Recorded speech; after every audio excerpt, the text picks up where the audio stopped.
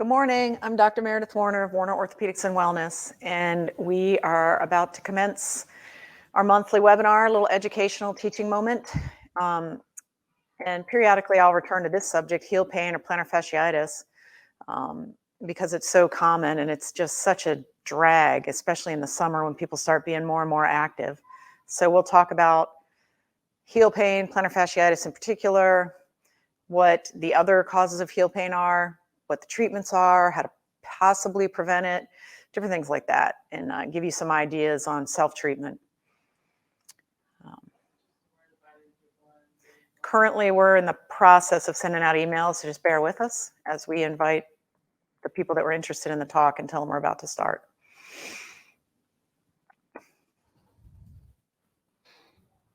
All right.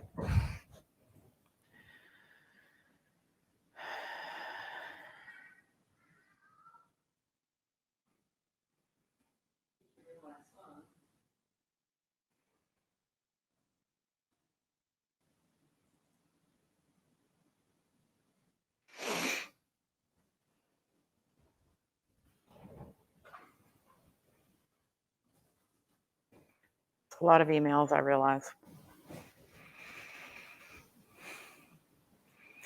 I don't like sitting still this long.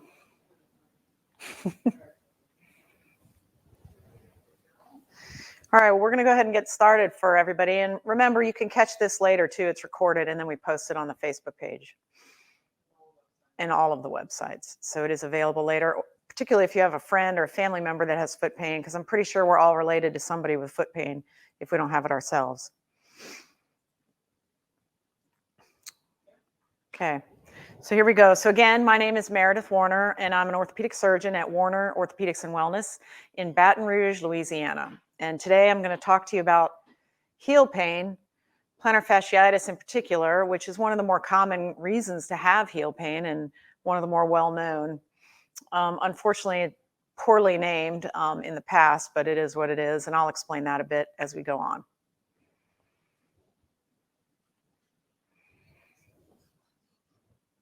Okay. Next slide, please. We're having technical issues. Hold on. Oh boy. Well, let me tell you about it. With that went really fast. Okay, hold on. We're getting back to the beginning of the talk now for you. All right, so this is my clinic, sort of everything we offer. I try to offer full body, whole body person care. I have a number of patients that come see me who tell me that they're so tired of having a shoulder guy and an elbow guy and a left pinky finger guy and a middle knuckle on a Wednesday guy. That's how subspecialized medicine has become. And to be fair, I'm subspecialty trained in foot and ankle surgery, particularly complex, diabetic, those kind of problematic foot and ankle issues, bunions, things like that. But at the end of the day, I'm still an orthopedic surgeon and I love natural medicine and science in general. So I do have the capabilities, particularly with my team, to do whole body care. Because the human body doesn't exist as separate pieces and parts you put together every morning, and pick and choose. Unfortunately, we're all linked and we're all one big complete picture. And you have to remember the linkages when you're trying to make somebody feel better. So, all right, moving on. Or not. So one of the things that we offer in my facility is I try to make it as healthy as possible. And one of the things, this is how much whole body care we do.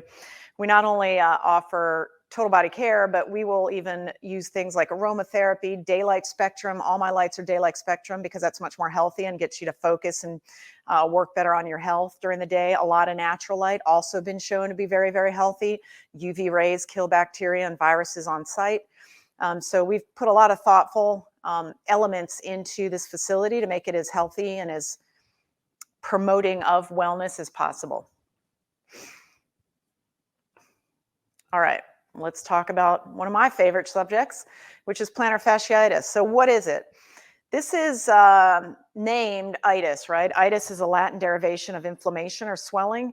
So when plantar fasciitis was originally named, plantar is the term we use for bottom of the foot. And then fascia is the thick band of tissue, thick meaning width, the thickness in terms of the differential from the bottom of the floor to the top of the foot is really only about 3 millimeters. And then itis is inflammation. So an inflammation of the fascia on the bottom of the foot. However, we've since learned that it's not a true inflammation in the way you think of inflammation, like an acute injury and it's red, hot, swollen, and painful. Rather, it's more of a chronic inflammatory condition. So probably a better name would be fasciosis, but that just doesn't sound good. So we'll just keep with fasciitis. So it's an irritation of the fascial tissue, we just talked about that run under the arch of your foot and into your heel. And this pain, most people will describe as being much worse in the morning and also after long periods of stillness. So after long drives, after sitting at a desk for a long time, any time period that allows the fibrous tissue and the fascial tissue and the the fibrocytes and all of the structures of the collagen protein that form these structures, when they're allowed to contract and stiffen and just get generally cold, I guess, then when you hit them hard with the first step and you suddenly apply a extreme load and force, that's when these fibers instigate their pain signals to the nerves around them. Most true plantar fasciitis will feel better after activity. So if you have severe pain in the morning, it gets better with activity, gets worse after periods of cool down. That's getting close to true plantar fasciitis. The pain can last up to 2 years, the natural history. Usually most people think of about 12 to 18 months for the natural history, like if you did nothing. Some people get lucky, it gets better in a month, but some people it goes to about 2 years of on again, off again, severe heel pain.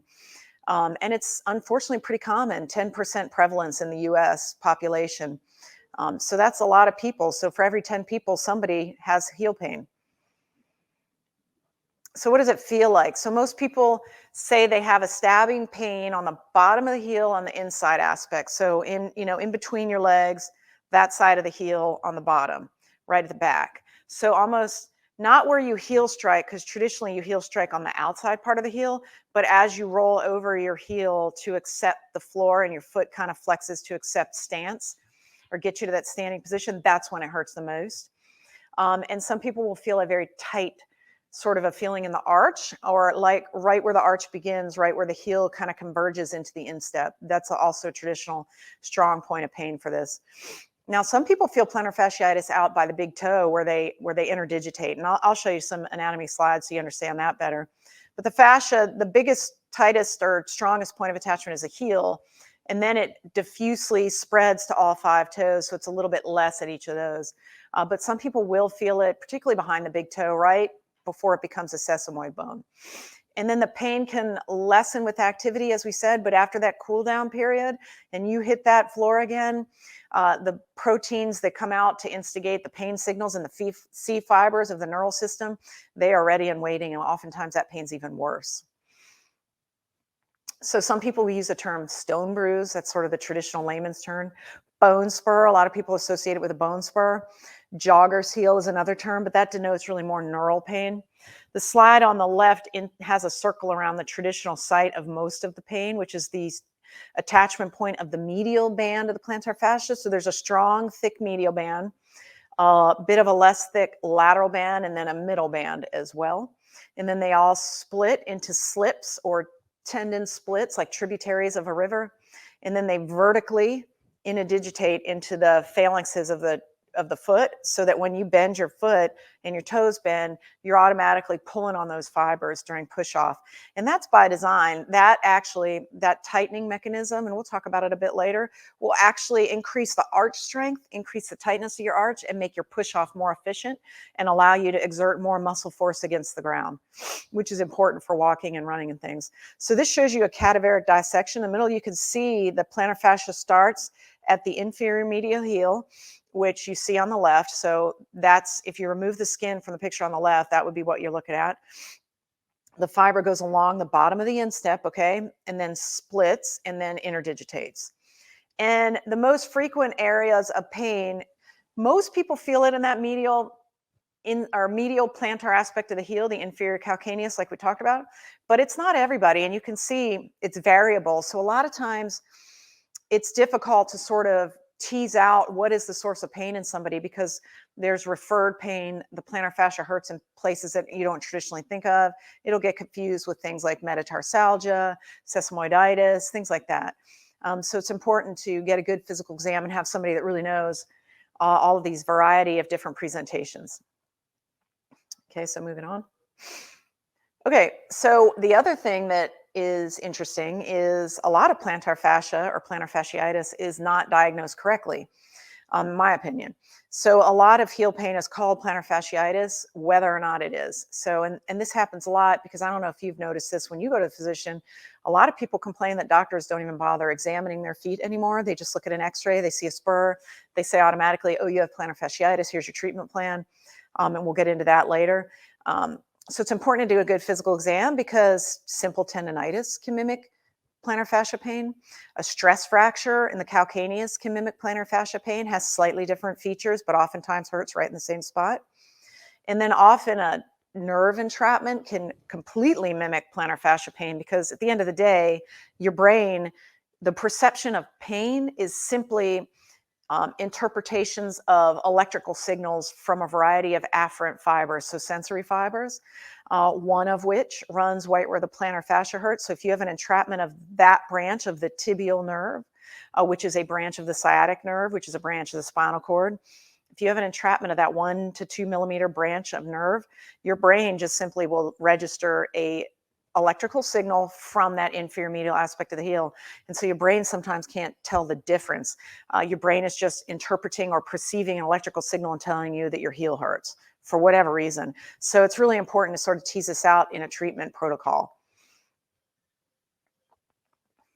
So again, here's some images to show you that. The left side image that's all by itself, that is a stress fracture. The top middle image is a tumor. So sometimes you can, and then the top right is also a tumor. All of these are a variety of different reasons to have heel pain. Another couple stress fractures on the bottom, and then Achilles tendonitis, which will often sometimes refer to the bottom of the heel, because if the Achilles attachment is inflamed and irritated, people don't just hurt there. They sometimes also hurt on the bottom of the heel, because think of it, it's like two attachment points to the same bone, just fighting each other all day long during stance, gait, ambulation, etc. So it's important to make sure that you don't have another reason to hurt. Plantar fascia is benign. It's not doing anything to the structure of the foot usually. It just hurts a lot. But if you have something like this, that needs to be treated a little bit more conservatively and safely, because you don't want to miss these reasons for heel pain.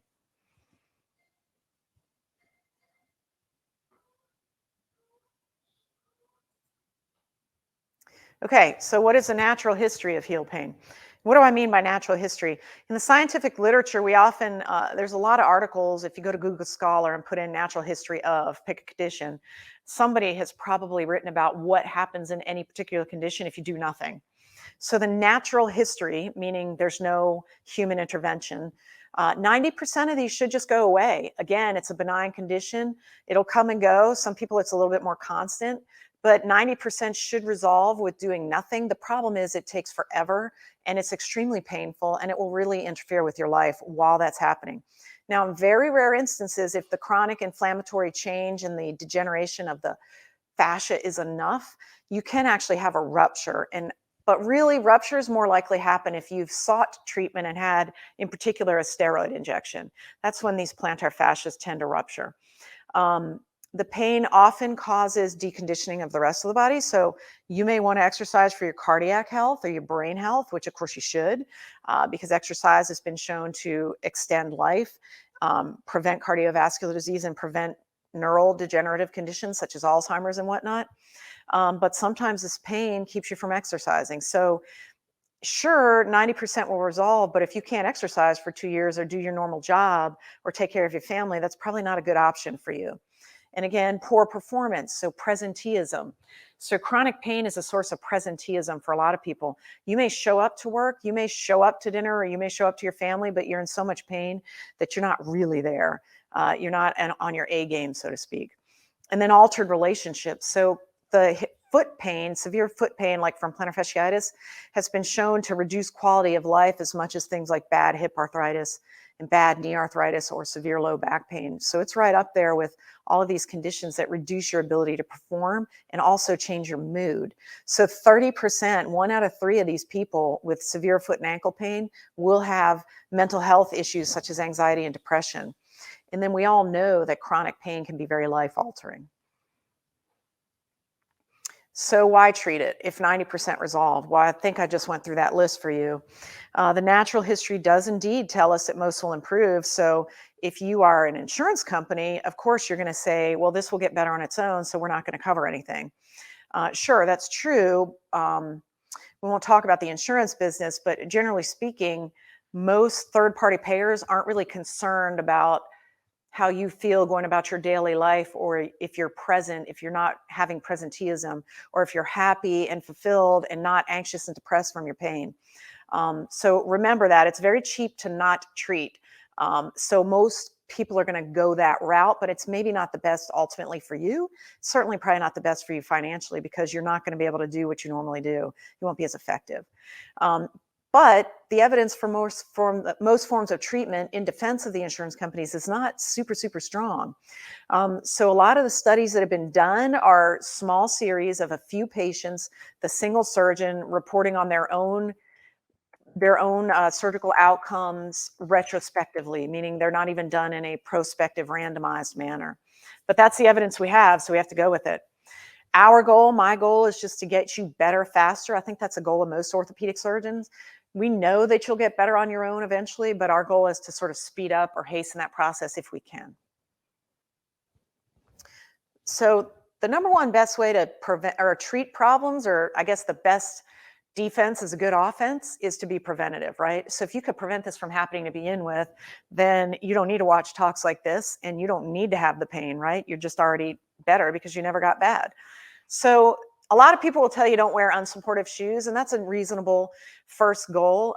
You want something firm and supportive, meaning that it would allow you to also build your foot strength, because ultimately you need a strong foot to prevent most foot and ankle problems. You need a flexible heel cord, flexible connective tissue that's able to accommodate different loads and different rates of load, and you need good, strong bone, okay? So bone health is important to reduce foot pain. You have to have strong muscles. So footwear is important, but in my opinion, strength of the foot is even more important.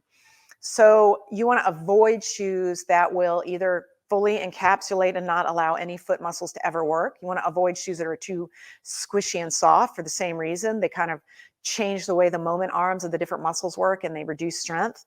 You want to avoid excessively deforming shoes like high heels. And I want to say, put a little caveat on that. I know you're going to have to wear high heels sometimes. I do too. So the times that you can wear high heels, or you have to wear a high heel, or you want to wear one, would be fine as long as you've developed your foot strength and protected your foot otherwise. Just like anything else in the human body, a little bit of stress is probably good for it. So maybe putting on that heel periodically works different muscles, and ultimately isn't detrimental, assuming you've taken care of it otherwise. Over exercise. So what do I mean by that? You don't want to get a stress fracture. Like, you don't want to go out there and try to run 10 miles if you're out of shape and overwork your foot. Over exercising just implies that you have not achieved a level of conditioning to support the activity you're doing. Once you've avoided that or achieved that level of conditioning, you can exercise that much. So in other words, I guess what I'm saying is improve your foot strength over time. Remember recovery time as you do that, and your foot will get stronger, more of a fatigue resistant, and you'll have more endurance, and you'll be able to do more during the day with less pain, and then wear your fancy shoes when you feel like it. And this includes dress shoes for men. A lot of the dress shoes are very tight, hard leather. They don't accept or give or allow for foot movement, and they're kind of uncomfortable too. And then the biggest, most important thing for your fascia and your foot is to avoid chronic inflammation and oxidative stress. And we've talked about this in other talks. What this means is the inflammatory cytokines that a poor diet, pollution, mental stress, things like that will produce in an ongoing chronic low-grade basis. Remember, I told you at the beginning of the talk, fasciitis doesn't mean the acute inflammation that you're used to. It rather now can denote chronic inflammation or inflammatory changes with things like tumor necrosis factor alpha, interleukin-1, interleukin-6, all of these very pro-inflammatory markers, the same ones you see in things like rheumatoid arthritis, and lupus. They're running around at a low-grade level in our bodies secondary to bad diet, all the time. And that's what damages your connective tissue, as well as things like advanced glycation end products, which we'll probably talk more about in the future. So if you can avoid a bad diet, take care of yourself, eat very healthy, you'll probably prevent a lot of your pain as well. So foot strength is the best. And I've just put on, looks like one of my pictures got cut off. I apologize for that. So this is just a simple exercise, sitting, right? So this is if you're just starting out to condition your foot, right? You're not even picking up your whole body weight with this exercise. You could obviously get more and more progressive with this. You could get up to a high number of reps up, down, sitting, and then start with low reps standing or wall on a wall sit. So some of your weight is supported on the wall, but some's on the foot. So this is going to work the long extensor muscles to the foot, right? And then the tibialis anterior to pull the foot up and the gastrocsoleus complex to pull up on the Achilles. So the foot is not just a foot. You also have to strengthen the ankle, and this is part of that. Lifting the foot, like you see on the picture on the right, that's going to strengthen the front where most people get shin splints. So you need to do that before you start a conditioning program. Get all of the core strength of your foot stronger. Go to the next slide. That's showing you that exercise. It's very simple, but it does a lot for people, particularly if you're weak and deconditioned coming off an injury or surgery or something like that. Next slide. Okay, here we go. Here's some more exercises. So this is what's called a TheraBand. So TheraBands are a great physical therapy tool, and each color denotes a different amount of elasticity.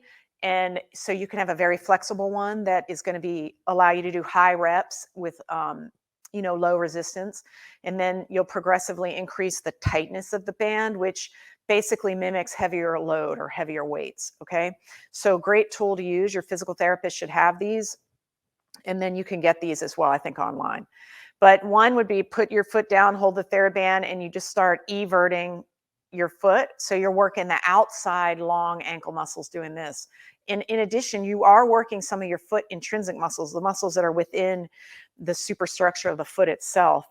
The one top right is showing sort of a Tai Chi move. In this case, they're seated. So you're inverting one foot and everting the other in a coordinated sort of way. And you could progress this again to wall sits and do it, and then progress it to standing. This not only stretches your ankle, improves your balance, but also dramatically improves your strength. Obviously, on the bottom, now we're working the tibialis anterior again, but we've added resistance, right? So in the first slide, it was just against air. And then you could, of course, hold it tight and do like an isometric. This is going to be with resistance, and then you could grade up the resistance, okay? And then the bottom right is showing you like working on agility and deftness, and that sort of trains your intrinsic muscles of the foot. All of these are important, really just to build your foot strength. Most of us, particularly Americans, because we're wearing shoes all day long, and a lot of our shoes are very constrictive, too heavy, too bulky, too supportive, and we never build our foot strength. So support is important, but you cannot remember to work on your foot strength too. So different stretches for plantar fasciitis relief. Towel stretching. So in the morning, if you have this condition and you want to stretch your foot, you just put a towel or a sheet around the ball of the foot and you just pull. And you're going to be stretching the heel cord, right? If you keep your knee bent while you're doing it, you'll be stretching the soleus and then extend, and you'll be stretching the gastroc a bit more. So you could even keep it tight on your foot and then flex and extend your knee. This one is a tissue-specific plantar fascia stretch. So pulling up on the big toe will engage what's called the win-loss mechanism. The plantar fascia will pull around the bottom of the toe and tighten just by virtue of that upward bend of the great toe. And this happens every day when you're walking, okay? This is a good way to do deep tissue massage on your own. And you could sort of advance. You could start with a squishy tennis ball or rubber ball, go to a lacrosse ball or a tighter tennis ball, then go to a golf ball. So you can have different grades of reducing the contact of that deep tissue massage ball and reducing the contact pressures by way of changing the stiffness of the sphere itself. And then, I mean, I guess you could even get those big ice cubes they use for fancy cocktails and roll your foot around on an ice ball. A lot of people will tell you a water bottle frozen, but an ice ball is a good option too. So stretching your foot and ankle yourself, strengthening it yourself. These are all things you can do yourself. But I'm a huge fan of guided, structured fitness programs and physical therapy, and we're going to talk about that later. So this is a great picture on the right. This is the Taramahura, I think I'm saying that right, Indian tribe. They have this annual 24-hour race that they do, and they basically run barefoot for an entire day once a year. It's sort of it's a tradition amongst their people, and this is what they wear, and none of them have foot pain. None of them have any complaints. They don't have any injuries, and they're able to run all day long. So it kind of shows you that maybe some of the shoes, the running shoes out there, could be overkill, and this is where that whole minimalist running movement came from that perhaps you're aware of. Um, but the whole point of the slide is to talk about strong feet again, because I think that you don't hear about it enough. High load strength training, so that means like low rep, high load, like you're not going to do high load for 30 reps, will improve outcomes in plantar fascia. So in the course of treating it, if you strengthen those foot muscles, you've automatically strengthened the shock absorbers and the load modulators in your foot, and it'll help your pain. And foot strength and stiffness are indeed related to what you wear on a daily basis on your foot. Countries that are generally barefoot and generally use minimalist shoe designs tend to have fewer flat-footed people. So it is important, for instance, children should be barefoot as often as possible because it helps to develop the arch. Now, of course, there's going to be exceptions to that, and obviously you don't want them running around on gravel and whatnot barefoot, but developing foot strength is important for growing feet, and then also important for adults. So the societies that use fewer constrictive shoes all the time have more normal shaped feet, so to speak. Shoes with extreme arch supports and restrictive toe boxes will weaken your foot over time. Why? They don't let the foot muscles move. I mean, imagine if your arm was locked in a cast like this all day. Don't you think it would get weak? It probably would. Same things happen in your feet that are in tight, constrictive, supportive, non-mobile shoes all day long. So foot strength is extremely important. This picture on the left is the shoe that the winner of the first Boston Marathon wore, and he did pretty well in that. Doesn't look too supportive, does it? And then the right is like the new, latest, most supportive version of whatever brand of shoes that you're supposed to wear if you have heel pain. So kind of two different philosophies here, right? Two different schools of thought. And there's a whole long history of footwear development or shoe development. A lot of it's political, a lot of it's money driven, as you would imagine, and a lot of it's just groupthink. But I just want you to remember that I think his name was McDermott. That's the guy that won the Boston Marathon, the first one. That is what he wore for 26 miles running on streets, and he did fine. So foot strength is hugely important for plantar fascia pain. Okay, so modern shoes might be a problem. It's a thought, something we should all think about. Cushioning, large arch supports, restrictive toe boxes. Sure, they provide comfort and protection. This is why I often tell people I don't really want them in squishy shoes when they have heel pain. I want them to work on their foot strength. People that wear minimal or no footwear have higher arches, better arches. They're stiffer in stance during ambulation, and that arch imparts a more efficient foot that lets them generate more power during push-off, during ambulation and running. Okay, and then regardless of why we began to run in an evolutionary sense, and there's a lot of debate about this, like, did humans run all the time, or did they sit around most of the time and then occasionally get up and chase a deer? We don't really know. There's evidence going either way. There's a great book one of the Harvard professors wrote called Exercise that talks about this. But whatever the reason, we know that for 10 million years ago, however many million years ago we started running, probably we didn't wear shoes. Or if we did, we wrapped some leaves around our feet. So the foot is capable of doing this. I think the game changer is probably concrete and cement. So we do need to account for that. But you don't need to go overkill with your shoes. Or if you're going to wear big cushioned shoes when you're running, like Hoka's or the big cushion Nikes and stuff, or the ones that have all this extra bounce built into them, maybe wear something that strengthens your foot with that. And this is a great picture on the right showing you different muscles on MRI on cross section corresponding with the anatomic drawing. So the top is the abductor hallucis, then you've got the flexor digitorum brevis, and then you've got the abductor digiti minimi. These are the so-called intrinsic muscles of your foot, or some of them, that are controlling sort of all of the planes of movement of your foot during the day. And each of these needs to be conditioned, and you really should be able to control each of these.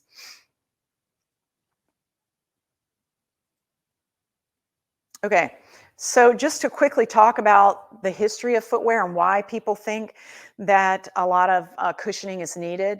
A lot of people focused on the vertical ground reaction force, or that force when you first hit the ground, and thought that that should be modified more than anything and ignore everything else. Thus, big, thick cushioned shoes so that you can modify. See that first spike on that graph? It kind of goes up and drops right down on that one the one line, that is showing you a typical heel strike runner. Okay, so they hit the heel hard, have this huge spike in force, drops quickly, but then look, where's the real peak in force? It's later in everybody, and that's rear foot strike, midfoot strike, and forefoot strike people. Okay, the biggest amounts of force to the foot are during the phases where your foot's going flat and accepting the ground, and you're graduating to push off. That's when people really get injured, okay? When you eccentrically use some muscles or they're lengthening with load, and you're concentrically using other muscles, and you're trying to propel all of your poundage forward against gravity and with some power and thrust in time, okay? So this is why people focus so much on the cushioning of the shoes and the thickness of the shoes, because everybody was focused on that first spike in just rear foot runners, whereas most of the stress is throughout the rest of the foot, which is why muscles matter so much, because you can mitigate that stress to your foot and reduce injuries with strength. And again, that's one of the first Nikes. If you look in the back of that picture, I love this picture. Since I have a shoe that I've developed and made, the shoe industry is very difficult and product development is very tough. And Nike is pretty cool because they started in a garage with literally a waffle iron to make the first sole of the Nike shoe. And that shows you that they just put some kind of rubber in there and made a waffle iron shape, put it on a shoe, and runners started running in it. So the foot biomechanics, again, we sort of talked about the muscles. We talked about where the plantar fascia starts, where it inserts, how it all connects, how the Achilles comes into it and drives some of the problems and some of the changes in the mechanisms. We talked about the wind loss mechanism, which is when the big toe lifts up, tightens the plantar fascia, increases the arch height, and makes the foot stiffer for forward thrust. And we talked about the difference in the ground reaction forces if you're heel strike or midfoot strike. But basically, you've got joints in the hind foot, which is the heel, the talus, and then becoming ankle. The transverse tarsal, which is sort of the apex of the arch. The mid-tarsal, which is also near the apex of the arch. And then the metatarsophalangeal joints, which are the ball of the foot. All of these move with each other in a coordinated fashion in every second of the gait cycle, okay, as you heel strike, foot flat, toe off. And the main stabilizers of all of these bones and muscles are those inner muscles. So you can see that muscle belly right under the ankle there in the medial aspect, right? That's the plantar fascia is on the bottom, but there's a muscle right above it. That's that abductor hallucis muscle we talked about, controlling the great toe. So all of these are super, super important, and you cannot forget them. And then if you look behind on this picture, behind the ankle, under those fibers that are going towards the calcaneus, you can almost see the neurovascular bundle. So those tubes, that's where the nerve lives. So a lot of times, remember, heel pain can be nerve pain. And so anything you do for plantar fasciitis is probably not going to work. And then the connective tissues sort of pull all of that together, of which the plantar fascia is one. So connective tissue support. So the connective tissues in the foot function to store energy during gait and to make us efficient as upright animals ambulating. The Achilles tendon stores a lot of elastic energy, and the plantar fascia does too. So the arch is extremely important in making your gait efficient, reducing fatigue, and allowing you to be more effective. So it's really important to have a good plantar fascia and have good arch strength. And this anatomic dissection is really pretty and shows you sort of all those different bands of the plantar fascia. And this is on the right, and how it splits, and then all of those interdigitations going up to the toes. And then the picture on the left just shows you all of the complex interplays of all of the different bands of fascia and connective tissue that link each bone to each muscle, to each joint, to each, even the skin.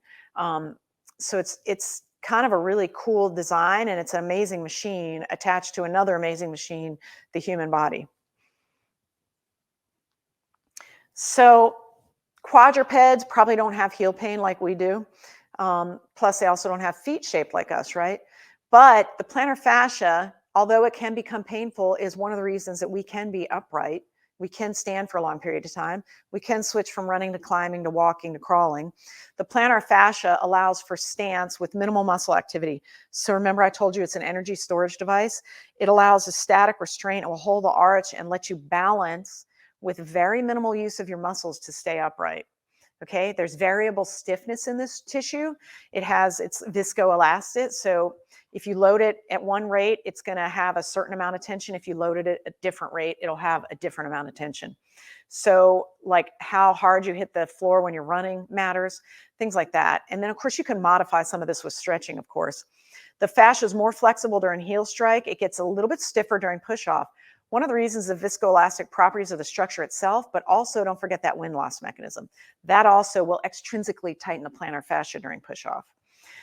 And then shod populations, people that wear shoes all the time, have stiffer and weaker feet, more injuries and more pain over time. Remember, we already talked about this, the importance of foot strength and connective tissue strength. So how can you support your own connective tissue? And this goes for everything from rotator cuff to the fascia in the back of your neck to the lumbosacral fascia. I mean, your whole body is enveloped in fascia and everything has very strong interconnections. In fact, the plantar fascia is connected to the back of your head through a long continuous line of fascia that goes from the bottom of the foot to the occiput. So that's why sometimes if you're trying to touch your toes and you can't, if you stand up and roll your foot around on a ball and relax the plantar fascia for a while and then do it again, I bet you'll be able to stretch a little bit further. And that's because you've modified that connection and lengthened the connective tissue that way. So the body can heal damaged connective tissue structures. The human body can heal just about anything, okay? But medical treatments such as anti-inflammatories can prevent that. So remember that. So if you're having an acute phase of healing and you start popping Advil, there are some properties of anti-inflammatories that slow down healing, particularly the COX-2 medications like the Celebrex and the Vioxx, although Vioxx is off the market now. Celebrex and Mobic are probably the ones still on the market. So they can, in some literature, have been shown to slow down bone and connective tissue healing.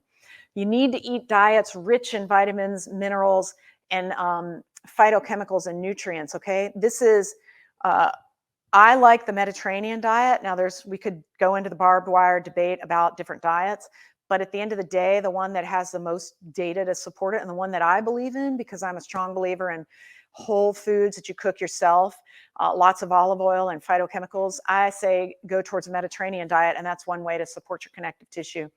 Hydration is important. There's different formulas. There's the Galpin equation if you're working out, but in general, for just day-to-day water drinking, I want to say you take your weight and effectively divide it by 2, and you got to drink that many ounces of water just for day-to-day use. I think the Galpin equation is you take your body weight, divide by 30, and you have to drink that many ounces every 15 minutes during heavy exercise.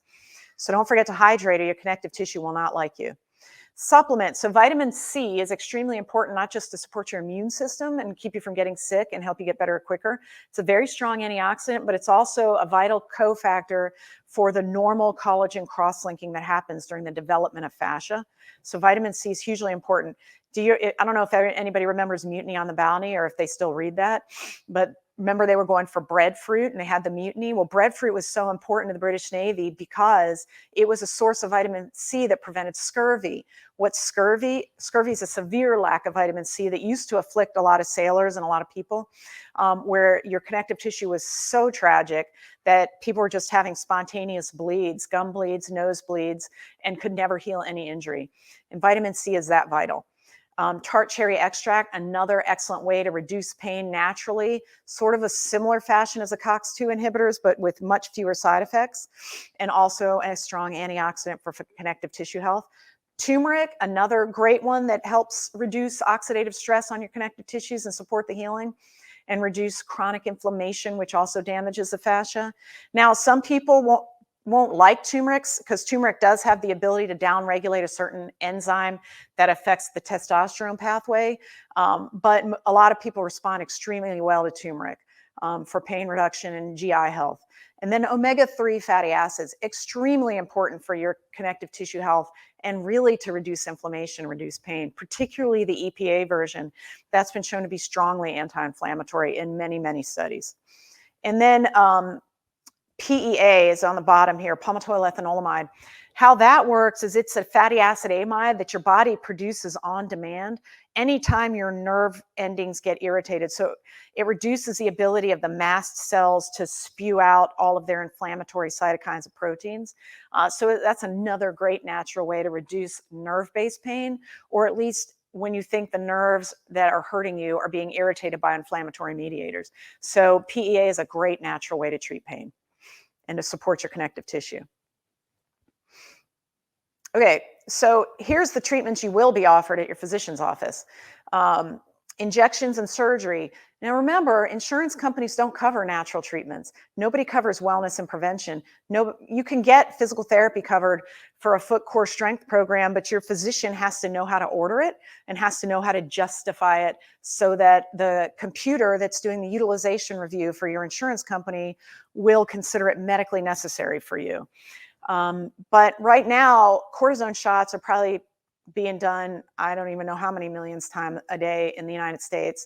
It's covered, it's relatively cheap. You can bill for it. I mean, the cost of that is upwards of $300, particularly if you have a high deductible plan.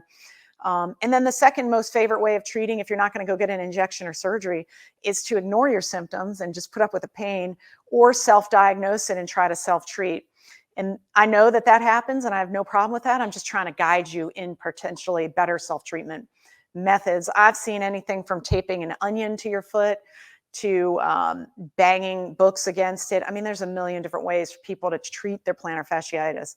But remember, they only work if you really have plantar fasciitis and you don't have one of those other conditions we talked about. Okay, so what are the downsides to the often medically approved, indicated, written about, and covered by insurance company treatments? Generally, they're expensive, to be honest. Most people have pretty high copays or coinsurance nowadays. And also, a lot of people have high deductibles. So you're paying for this whether it works or not, okay? They require extensive periods of recovery time often, particularly surgery. And then even with injections, you have a certain amount of downtime to reduce the risk of rupture. There are a lot of side effects. So some people will get post-injection pain for about a day. It's a benign event. It doesn't really damage you over time, but it's even more painful than the condition before. And this is when the steroids actually crystallize in tissue and those crystals cause pain.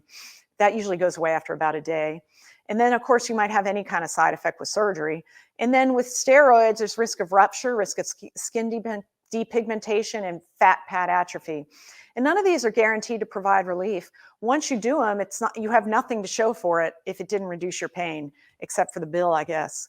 And then the downsides to ignoring and self-diagnosing. Again, you may not be correct in your diagnosis. Now you may be, in which case you probably should get better. And again, we already know the natural history is you're going to get better.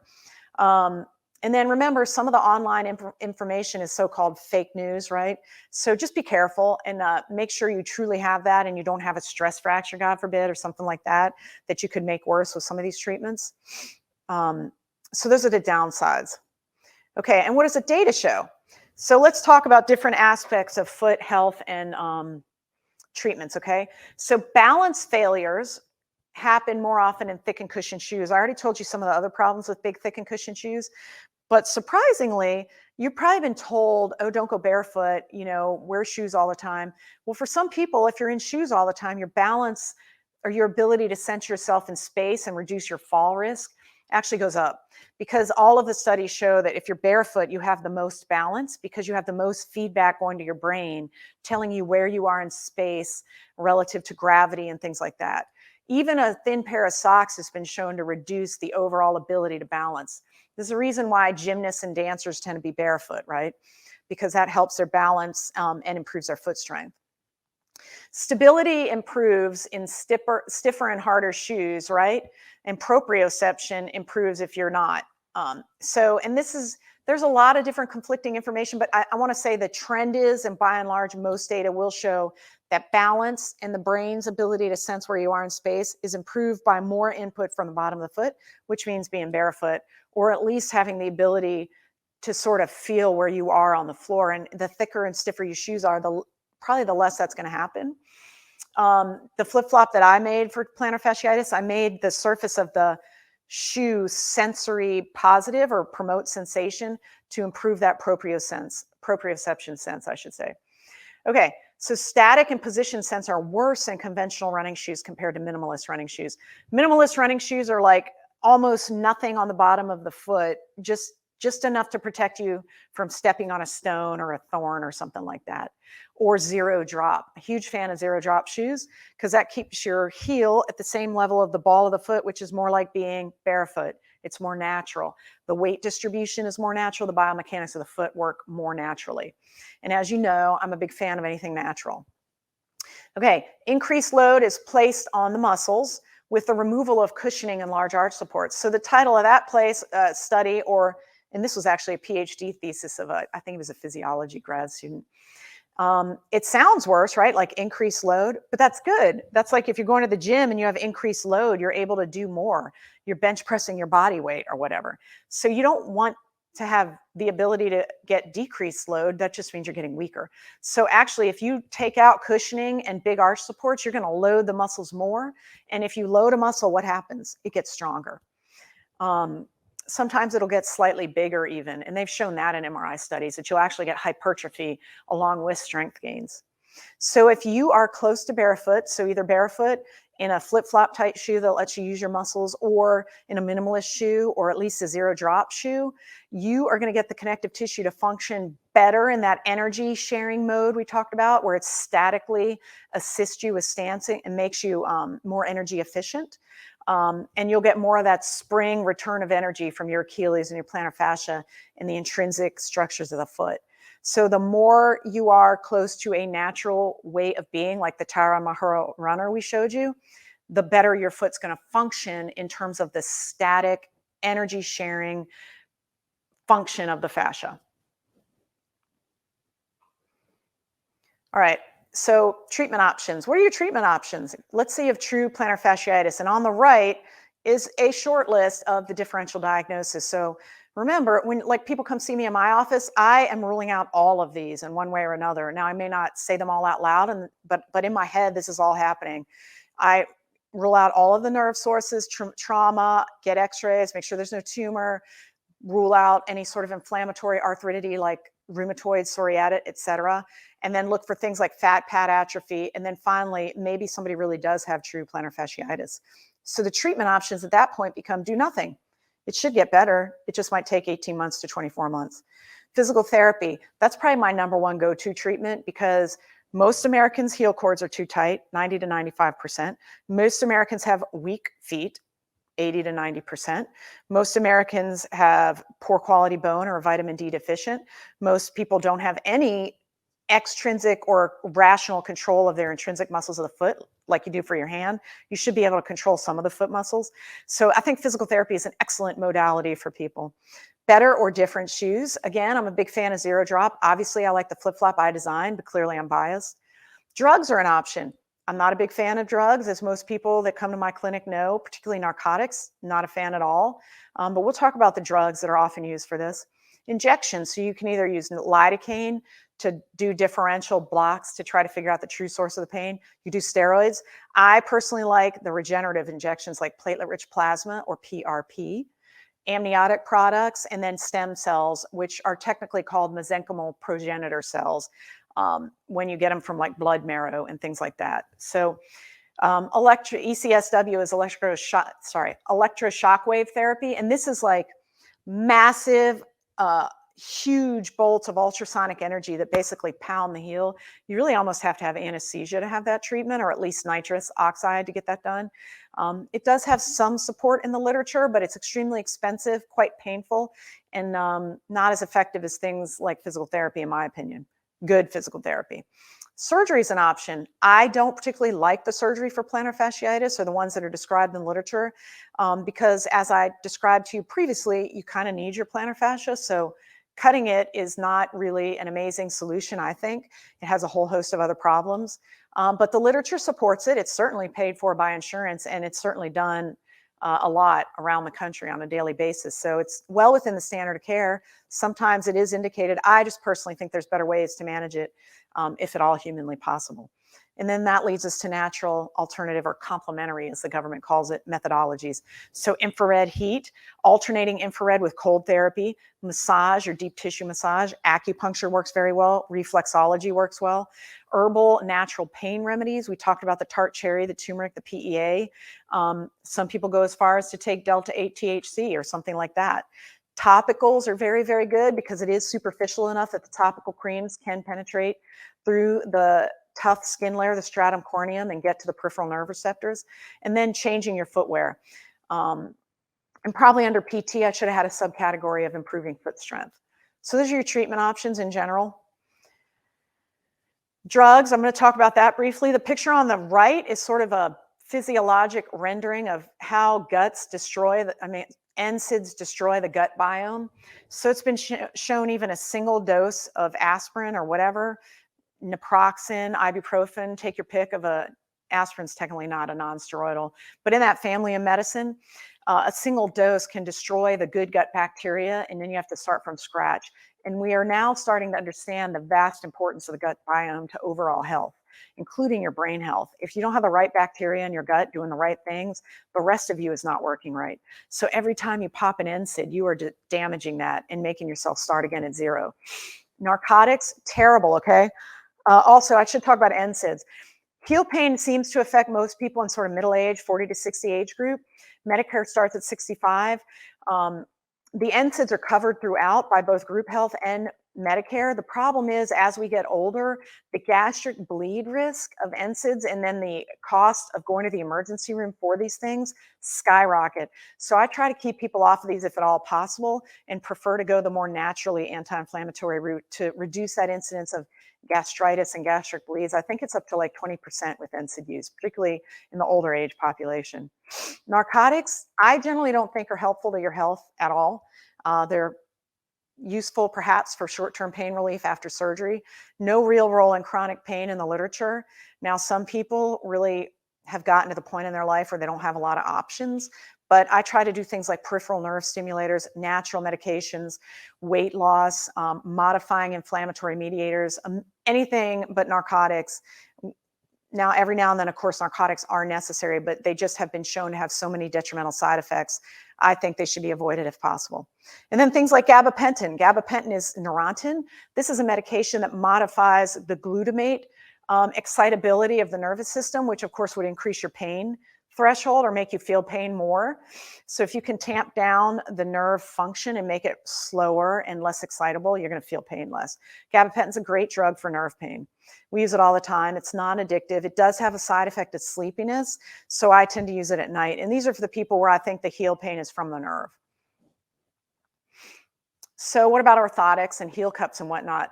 So remember I showed you that slide where you have that heel strike, that vertical ground reaction, but then most of the force through the foot is through the restive gait.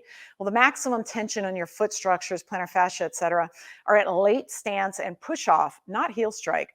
And a tight Achilles, remember 90% of Americans have a tight Achilles, will make that tension higher and potentially increase pain. So orthotics don't really help in any of that. The only thing that they can do is they will limit your active heel rise because you're already lifted a slight bit, right? So it reduces tension on the Achilles tendon because it makes your muscle work less hard. What does this do ultimately at the end of the day? It makes your muscle weaker and makes your tendon shorter and contracted. So orthotics are reasonable, I think, short term or in some limited cases, but I think making your foot more flexible, biomechanically sound, and stronger is better. But these have been shown to reduce pain in the short term. I personally don't recommend them for long-term use. Again, not covered by insurance. Night splints. So this functions on the theory that by keeping your foot in a 90-degree position the entire night while you're sleeping, you will keep the Achilles stretched, right? At least the soleus, because if you bend your knee, you're going to relax the gastroc. And then you'll keep the foot stretched. The problem I've found with these is compliance. First of all, it looks fairly uncomfortable. Most people tell me that. Also, they fall off in the middle of the night. For anybody that has to get up multiple times at night, like let's say you have an enlarged prostate or something like that, and you're wearing this, your fall risk goes up and it makes it very awkward to have to go to the bathroom at night. And limited efficacy in the literature, meaning they work, sometimes not. Again, fairly expensive, sometimes covered, sometimes not covered. You may be out of pocket for it with a deductible anyway, and it's only going to give you short-term relief. So I'll use night splints periodically, but definitely not on my top tier of treatment options. The walking boot, this is a favorite of some people, or physicians, I should say, for some reason. The walking boot is really only 40% effective.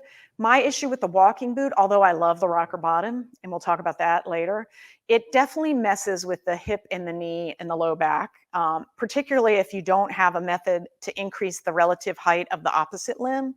So if the boot is about 2 inches thick and you're walking around like off kilter, your ankle's not moving, it changes all the forces across your knee and your hip because your ankle's not moving. So the theory is it keeps your fascia protected and unloaded, which it can do that, but I just think everything that comes with it is detrimental to your overall musculoskeletal health. So this is never a go-to for me unless I'm really, really worried about rupture or something like that, and I really want to protect it. But this is a very tried and true standard methodology, again, with limited effectiveness in the literature. Physical therapy, I already told you I'm a huge fan. So anything that gets you moving, improves your strength, improves your biomechanical linkages, and gets you stronger and more flexible is definitely going to help you no matter what. Physical therapy, again, is heavily limited by insurance companies these days, unfortunately, because in my opinion, it's one of the best things for us. So this is guided stretching, strengthening, and working on the kinetic chain. So my office, our physical therapist and I will determine how weak your hips are and the linkage through the IT band and the adductors and other structures like the hamstring and the quad to the knee. What is your knee doing? Down to the calf, down to the foot. A lot of people with heel pain, turns out their hips are weak. So you're just loading poorly and your biomechanics are off. And if we work on your hip strength, we can make you a lot better. Hips are extremely important to how we move in space, and everybody forgets about them. Physical therapy will dramatically compress that 18 months down to like even 6 weeks sometimes. Dry needling and deep tissue massage are awesome treatments. The top right shows you dry needling with an E-stim attached. And this is sort of targeted deep tissue massage and also stimulates bleeding and stimulates healing. Foot core strength improvement. You got to have a physical therapist that knows how to do this. And then the order has to be written properly. So your physical therapy experience has been, is, or will be determined by both the physician's belief in it, the physician's order, the physician's understanding of the musculoskeletal system, and the physical therapist's quality and how hands-on they are. So one of the problems in the literature is, first of all, most studies don't even mention physical therapy. If they do, they don't have a standard protocol. And a lot of insurance companies keep wanting to cut physical therapy, which is not good because I think it's one of the best things you can do for yourself. And in my clinic, this is our go-to to treat true plantar fasciitis and even heel pain from nerves, because there's different ways to affect the nerve function. So don't forget physical therapy. And a lot of you live in states with direct access. For instance, in Louisiana, you have that. So you don't have to go through a physician like me. You can just pick up the phone and go see a physical therapist if you think that will help you. If they end up thinking you have something like a stress fracture or something, they will refer you to a physician right away anyway. All right, injections. We talked about it briefly. Again, cheap, covered. I say cheap, but you might get a bill if you have a high deductible plan. When you get that office visit, the injection and the x-ray, you might get a $500 bill. Short-term relief at best, okay? Maybe 6 months, maybe a year, usually 3 to 4 months. More pain later, particularly with steroids. So they work short-term. Most of the time, the pain recurs, and oftentimes it's graded at a higher level than it was before the first injection. And then severe side effect profile, rupture, fat pad atrophy, skin depigmentation, and then sugar spikes for people like diabetics. And then if you get repeated steroids, like some people keep going and getting pain injections in their back or repeated steroid injections here or there for like sinus infection or heel pain, over time, a certain amount of steroids will actually depress your hormone production and do things like that to the total system and just really mess you up. So I'm not a huge fan of steroids. PRP, I am a fan of. Platelet-rich plasma, that is your own whole blood that we draw in clinic, centrifuge, concentrate the white cells in the platelets. The platelets hold all of the healing proteins and these things called exosomes. And as the platelet breaks apart, once we inject it, it releases all of these healing proteins. And you basically have this massive dose of healing that catalyzes the body's natural ability to heal. And I try to inject it into the fascia itself to really promote healing. It's been shown in head-to-head studies to last longer, work better, and have a much lower side effect profile.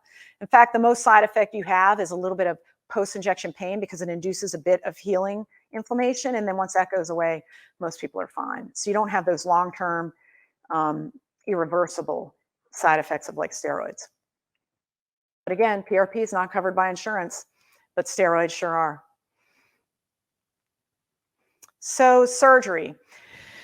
This is often people get offered surgery if they've hurt for more than 6 weeks or if they have a heel spur, right? And surgery it's a procedure. It's a fee-for-service thing. The satisfaction rate varies wildly in the literature, and the quality of the literature varies wildly. And any meta-analysis or group of studies that I find to read they're dramatically hindered by the quality of the original studies. Very few prospective double-blinded, randomized studies like this. So generally, the studies you're going to find are one guy telling you about the 9 guys he did this surgery on 6 months ago. And in those studies, the satisfaction rate is 80 to 90%, but you got to take that with a grain of salt. They still report a 6 to 8% complication, and no surgeon likes to call their baby ugly. So most of us are never going to admit to a complication, right? It's just human nature.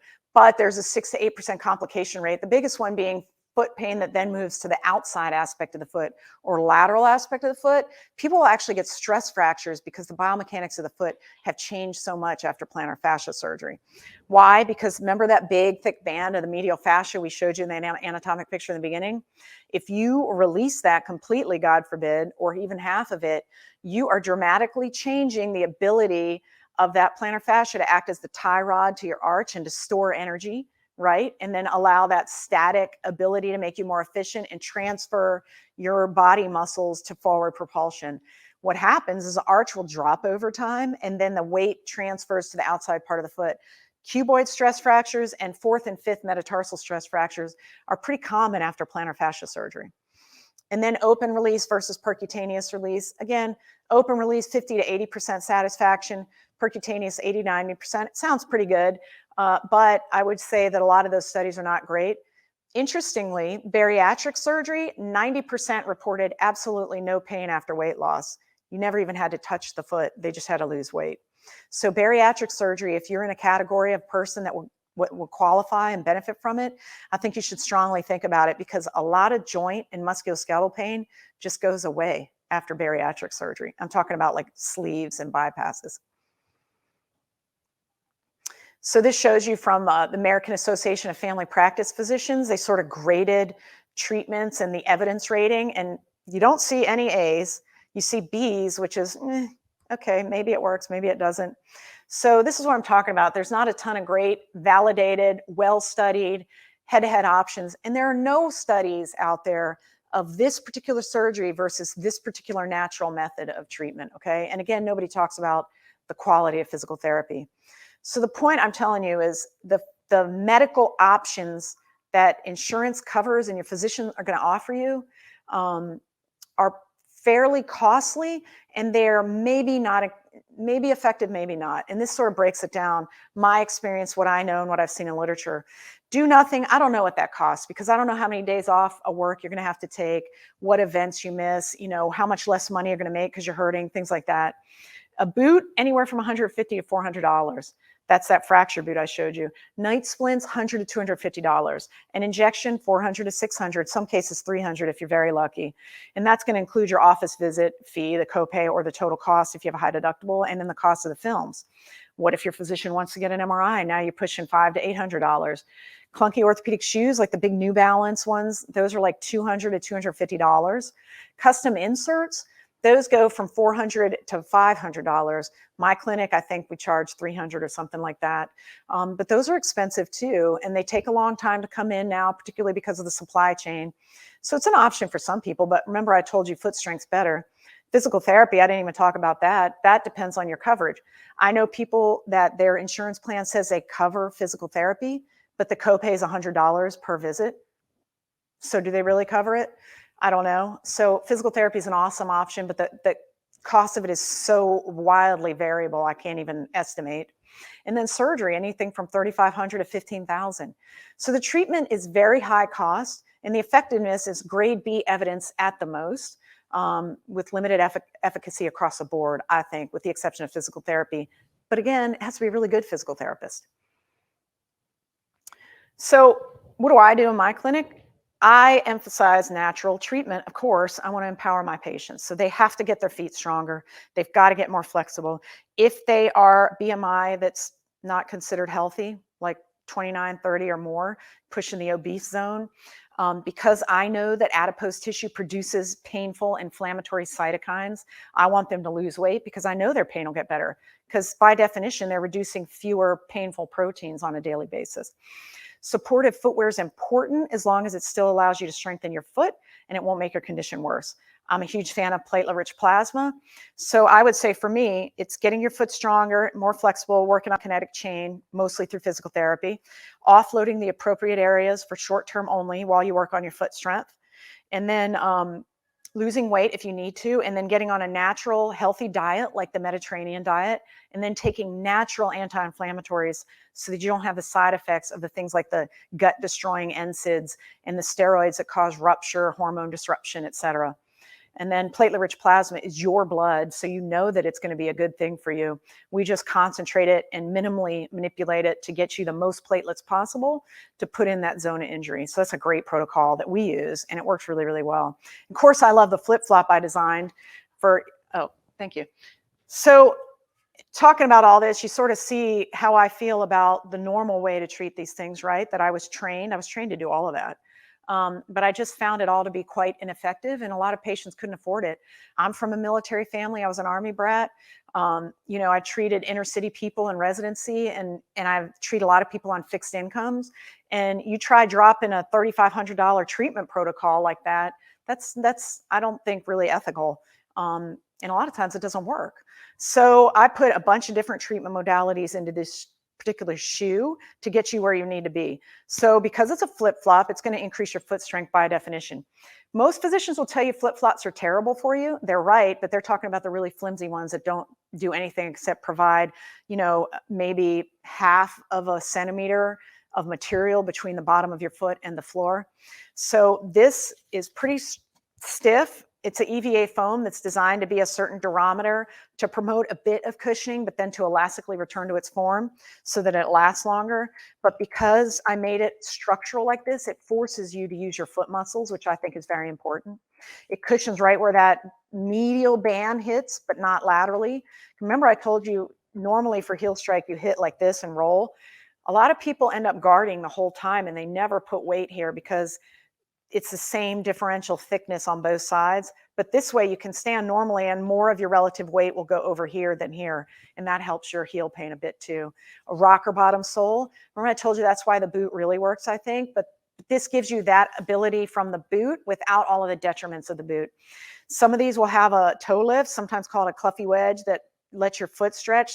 We made a version without this because if you have a bunion or hallux rigidus or gout or something like that, or you just don't like this, we remove this, and the guy in this picture is holding that, the Palmer version.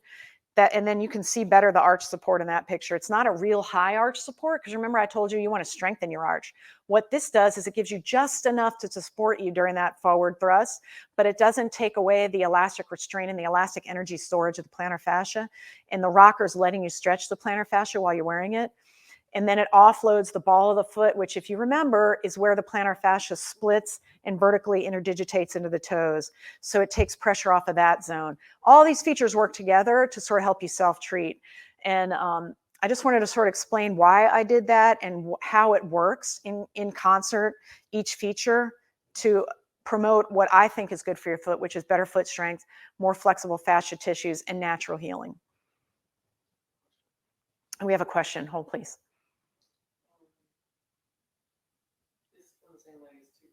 Two questions. I want to know if you were going to be making a sandal for people who don't like anything between their toes, and it's supposed to be here in June. They can pre-order it now. It's called Emerson. Okay. Oh, so a lot of people, and I find, Mostly men, honestly, but in the South, you'd be surprised. Most men don't care. They still wear a flip-flop. The thong seems to bother people. So the question is, will we have a version without the thong? Yes. The Emerson is coming out in June, which is more like bands and then something around the heel to help. Oh, the two-strap, which is the Emerson? The Emerson, sorry. I'm thinking of the Everett. It's one with the back strap. The Emerson is going to be more like what I think of as a soccer slide because I grew up playing soccer. You know, the bands that just hold the instep on the foot. So it's like a sandal, more or less. So no toe thong. Either way, you're still going to be able to strengthen your foot muscle, which is my primary concern for most people. So the question is, and I get this question a lot, and we get a lot of social media comments about this, that we are not correcting alignment, or do we correct alignment? So if you remember from this talk, what really corrects alignment is a good, strong foot and keeping the energy transfer abilities of your fascial structures. So this shoe is designed to work whether you have flat feet or a high arch foot. So therefore, I cannot correct alignment with this. Rather, whatever your particular alignment is, this foot will offload with the rocker, okay, and help with that energy transfer. It will cushion where the plantar fascia inserts. I'm not trying to support an arch in the way that you traditionally think of it because I want you to build the strength of your own arch. And then the rocker in the forefoot takes pressure off of those interdigitations of the vertical aspect of the plantar fascia. And then I want you to build your foot strength with this nice structural shoe. And then I want you to have that proprioception, or that ability to sense your position in space. So to me, the alignment of your foot doesn't matter as much. And there's another reason for that. This affliction strikes you whether you overpronate, underpronate, if you're flat, if you're high arch, there is no difference. It hits all of people. So I think that whatever your alignment is, the treatment should accommodate that particular alignment and still work. That's why I did it this way. Now, you may have a physician that wants to correct your alignment. By all means, get the insert they recommend and then use this just as a recovery device or something like that. But no, this is not meant to correct alignment because plantar fascia strikes everyone.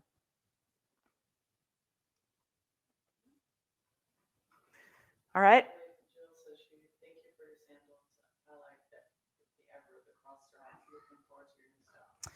Okay, we had somebody that said thank you for the Everett, which is the cross strap in the back with a little strap to hold on the ankle. Because a lot of people just feel that they want that sense of security. So we did that for you.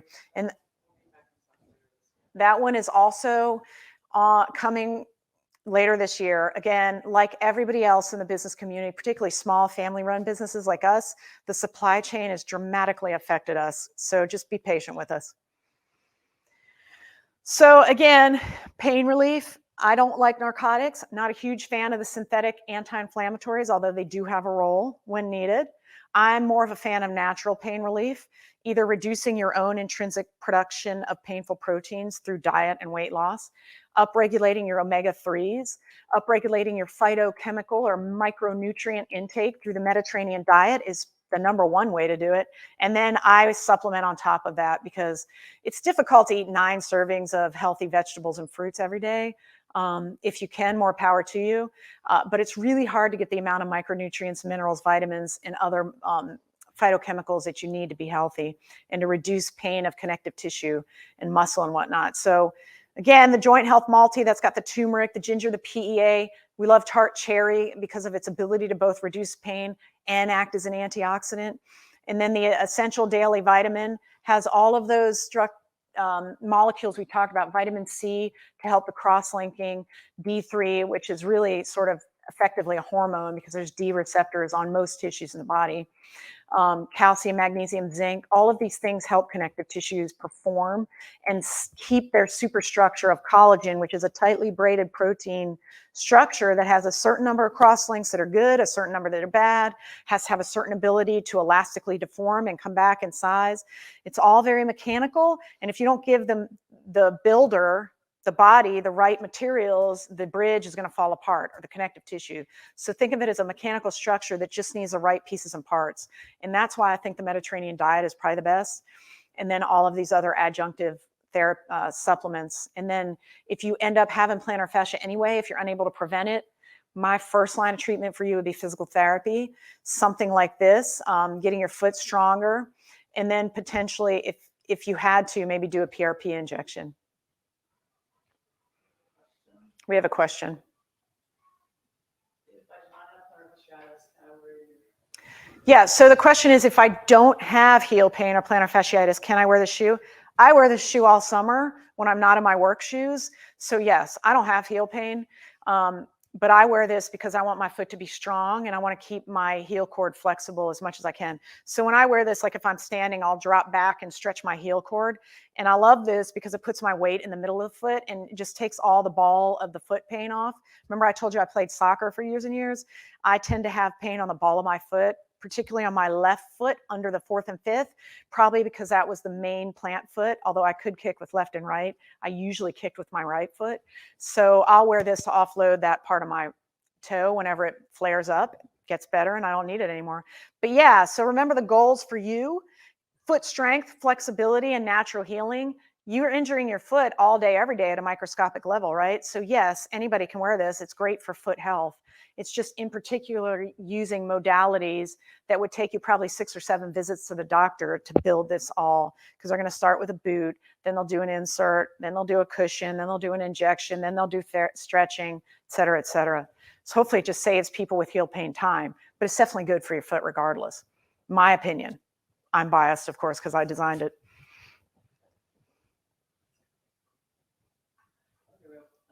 Another question. This is good because I like questions. Okay, we have a good question. Who should you go to diagnose? So the question is, to whom should you go to diagnose plantar fasciitis? And I presume you mean what type of physician? So honestly, I think a lot of physical therapists are underrated and they have a very deep knowledge, particularly if you find one that's treated foot pain, or even some of the sports chiropractors are really, really good. And they'll take the time to actually be hands-on and do a real exam. More so than most doctors who are forced to see 50 to 60 people a day by their hospital employers. So physical therapy, don't forget them. Maybe start with them because they might be A, more accessible, B, cheaper, and they might actually do a physical exam. I am an orthopedic surgeon with a subspecialty training in foot and ankle surgery. So I did a fellowship for a year in foot and ankle surgery. I would say an orthopedic surgeon with foot and ankle experience is probably a good choice.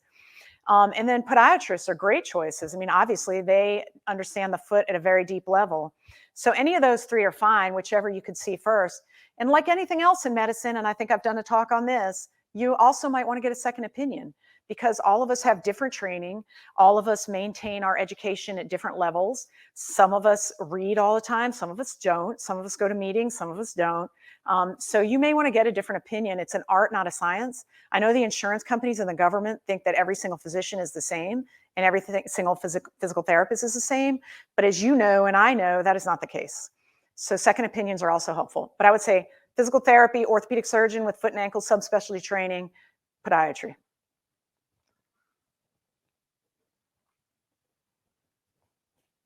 Okay, I think that's it for this talk. Hopefully that gave you sort of a baseline of what the plantar fascia is, what it feels like when it's inflamed or hurting, what are your treatment options, why you may or may not want to use those treatment options, and maybe some self-care methods that you can employ at your own discretion. And then I would just leave you with this. Just remember your heel cord, the Achilles. That is one of the primary drivers of most foot pain in America. So if you can keep that stretched at the very least, I think you'd be doing yourself a huge favor. And try to cook your own food from whole sources and don't eat highly processed foods. And you'll reduce all of that microscopic inflammatory and oxidative stress damage to your fascia. Those are the 2 basic things you can do for yourself. Stretch your heel cord, eat a Mediterranean diet, and then take it from there with this talk. Hopefully that helped you. And oh, my Aunt Janet is watching this. Hi, Aunt Janet. She said, good job. That makes me happy. All right, everyone. Take care.